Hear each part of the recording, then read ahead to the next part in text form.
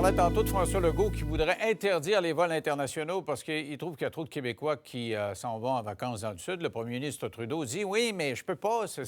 La Constitution me permettrait pas plutôt de fermer la frontière aux vols internationaux. Pourtant, au printemps dernier, ça existait. Alors, on va essayer de comprendre tout ça en parlant avec Gilles Proulx, grand voyageur devant l'Éternel, et Frédéric Bérard, constitutionnaliste, en parlant de Constitution. Bonsoir à vous deux. Bonsoir. Allô, bonsoir. Commençons avec le grand voyageur. Gilles, on ferme les aéroports ou pas? Ben, je pense que l'urgence est là. Il y a des situations d'urgence. Des fois, une catastrophe quelconque, on porte atteinte aux droits. Je sais que mon ami va défendre les droits et la charte, qui est peut-être parfois surgénéreuse dans un pays où nous surnageons dans les libertés. Et quand il y a une catastrophe quelconque, l'armée prend position, c'est évident que les droits n'existent pas pour régler un problème d'une urgence. Pensons-y, ce maudit microbe qui est parti d'un laboratoire de Chine, où les Chinois voyagent à travers le monde, arrivent à Téhéran. L'avion est un incubateur de microbes. Les avions de Téhéran se rendent à Londres, en Italie, c'est là que ça a commencé, par la suite, et la France.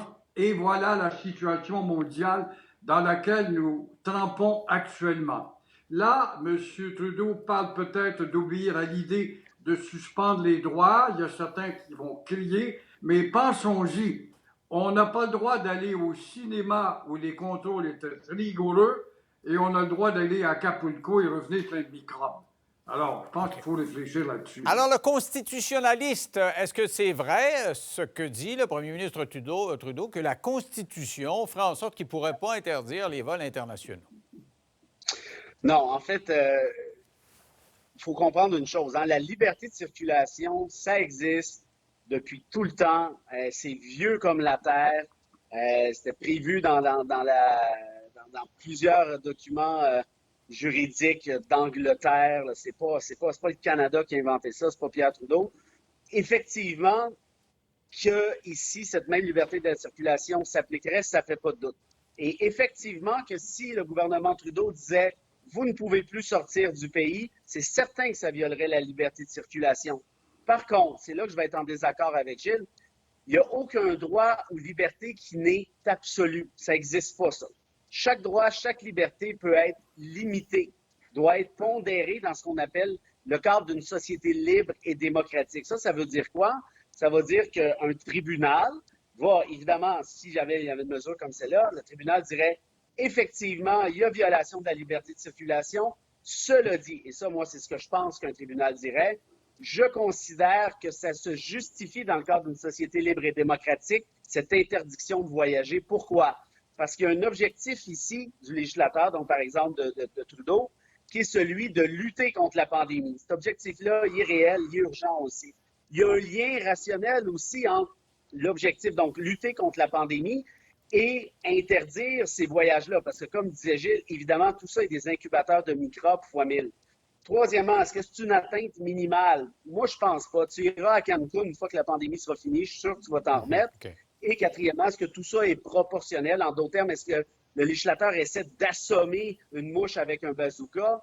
Je ne pense pas non plus. Donc, probablement qu'un tribunal dirait oui, il y a une violation de la liberté de circulation, mais même s'il y a une violation, je suis d'avis que la liberté de circulation doit arriver deuxième ici. Moi, je protège les intérêts de la collectivité canadienne. Fin de la discussion. Mais de toute façon, c'est arrivé au printemps. Il n'y avait pratiquement pas de vol. À Dorval, c'était zéro puis une barre. On envoyait des journalistes là-bas. Là, il n'y avait pas un traître chat. Ah, donc, ça ne volait pas. On l'a fait. Pourquoi ce serait moins constitutionnel de le faire à une époque de l'année? Et à part de ça, tu n'as pas le droit d'aller au dépanneur à 8h30 puis tu peux aller dans tout inclus au Mexique. À 8h30, pourquoi je n'ai pas le droit de circuler? C'est dans la Constitution. Bien, c'est la même logique. Ils ont décidé que pour la santé publique, on n'avait pas le droit de marcher. Je veux dire, tu contesterais le couvre-feu?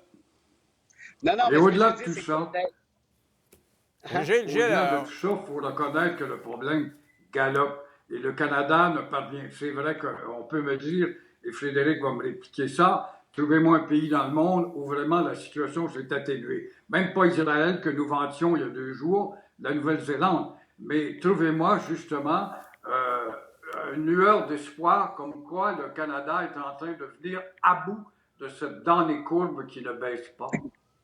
Il y a M. Trudeau qui a quand même dit annuler. Alors, il a dit, OK, je ne peux pas faire ce que le premier ministre Legault me demande, c'est-à-dire littéralement interdire les vols internationaux, mais je peux demander aux Canadiens d'annuler. Si on va écouter, si on peut écouter comment il s'est exprimé, il est presque en train d'implorer les Canadiens de ne pas voyager. C'est loin de la position de Legault qui dit, hey, c'est assez. Écoutez bien.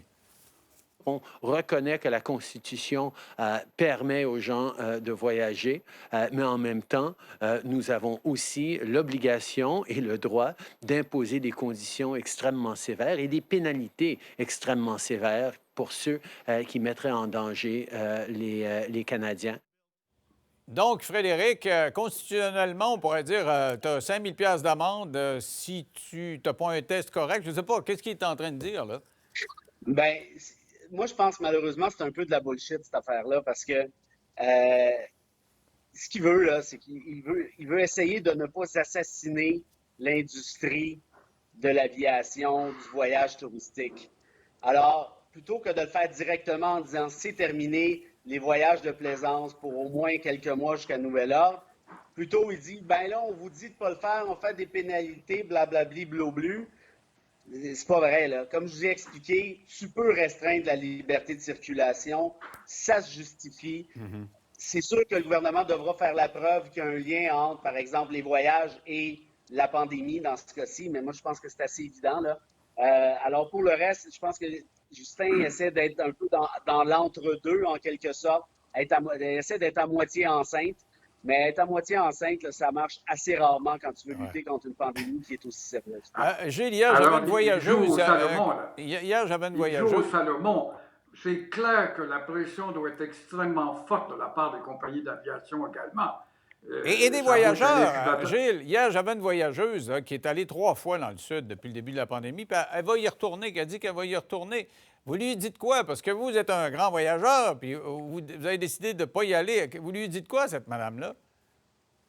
Bon, je lui dis qu'elle est bien chanceuse parce qu'elle va en Floride où on administre un vaccin en rentrant ou en sortant. Ça dépend des destinations. Elle est en République dominicaine. Elle est en République dominicaine. En République dominicaine. Bon, si j'ai fait des embrassades et puis de la danse, puis des danses collées, c'est évident que je vais aller m'exposer à 99 %. C'est peut-être pas le cas de ce que madame a fait, là. Rapidement, en terminant, Gilles, on a parlé tantôt avec une jeune fille qui est aux abois, c'est le cas de le dire, parce qu'elle a perdu son petit chien de 4 mois. Et elle a offert 10 000 $ de récompense. Il y a des gens qui, sur Facebook, ont dit « Es-tu folle? Ça n'a pas de bon sens. » Qu'est-ce que vous dites, vous, le grand amant des animaux, défenseur des animaux?